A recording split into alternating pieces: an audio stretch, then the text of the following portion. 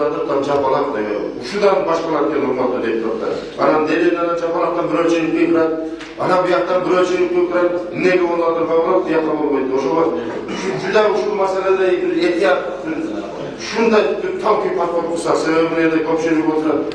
Бар шаар биздики. Шаардын ишин жүргүзүү үчүн, шаарда алгылыктуу жумуш жасаш үчүн сөзсүз түрдө Ош шаардык мэриясы менен Ош шаардык кеңеши эри шаркак чогуу иш жүргүзүш керек.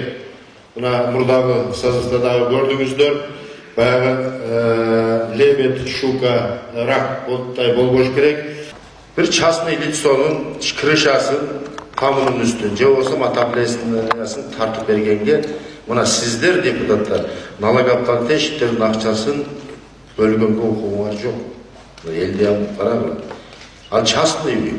Бирок ошого карабастан республикада биринчи өтлөрдөн болуп, биринчи бизде гана стимгрант карап туруп, ошо кой биздин эл жарды, ушундай трагедиялык окуялар өттү деп туруп, анан стимгрант кылып 30%, 50% берип атабыз. Мындай болбош керек. Анан Бишкек дейбиз, урматтуу туугандар, мен сөзүмөн кайтпаймын. Бишкекке мощный финансовый поддержка берилет. Төлеевдин убагында 700 миллиондон республиканский бюджеттен берчү. Азыр мына Иса Өмүркуловдун убагында 500 миллион сверх бюджет берип атат. Андан тышкары мына интернетти ачып окугула, Турциядан келген кредит, это грант. 30 миллион только жолдоруна, 30 миллион доллар только жолдоруна берип атат. А Ошко ошол турецкий гранттан 1 цент бөлүнгөн жок.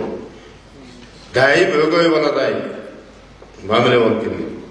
И болуп келе жатат. Буну мына сиздер партиялык принадлежностьга карап узкопартийный взгляддарды таштап туруп, раз Ош шаардык депутаты, шаар кеңеш депутаты болгон, давайте ушу маселени бизге кошулуп чогуу көтөрөлү. Мындан аркы кадамдарына, мындан аркы багытында бирге болуу, өлкөдө болуп жаткан саясий процесстер